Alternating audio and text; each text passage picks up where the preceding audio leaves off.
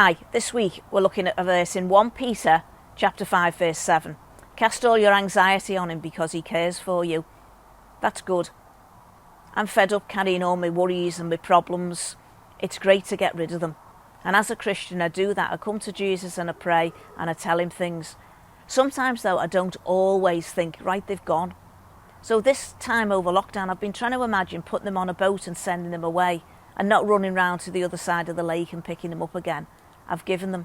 So as Christians we should be able to do that. Some of you will be worrying about loved ones, some of you will be worrying about people that you know who work in the hospitals or in shops or other things. But if you're a Christian, pray for those people and ask God to protect them.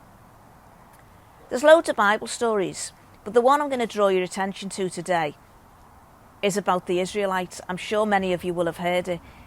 They were in a sort of lockdown, but in many respects the opposite. They wandered round and round and round the wilderness, which was the desert of the time, for 40 years.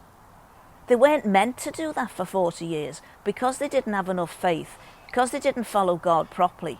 They ended up being sent round and round. So they were in a bit of an outdoor lockdown. They couldn't settle. Nothing was normal.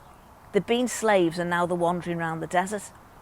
And many of those people, in fact all the people who left Egypt, besides a couple of the leaders, didn't get to go into the promised land. It went to the next generation of people. That's how long they were out there.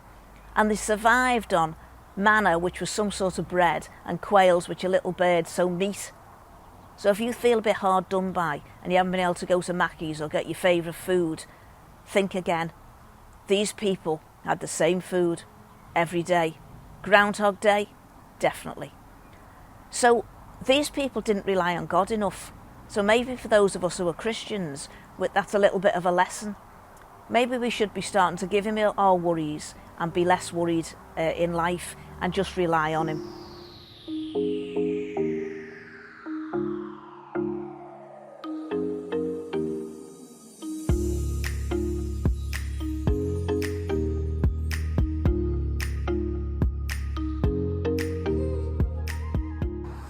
So this week's questions are, what do you do when things get tough?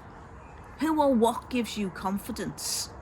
And what would you change about choices you made in the past in the light of the fact that now things are quite a lot different? So would you change those choices that you've made in the past?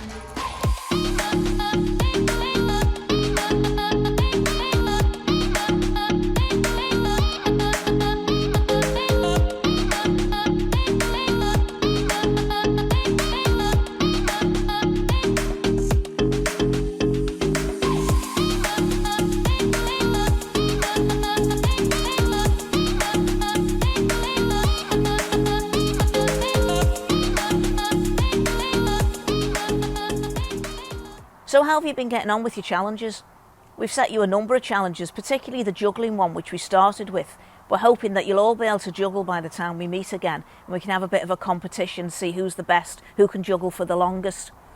There's a number of challenges on our site, some to do with photography, and there's going to be one now to do with stones. It'll be put up at some point this week. But why don't you think up a challenge that other people can do? Why don't you think of something that you can get your friends to do, and we'll stick those up and see how many people can do your challenges. Bye for now.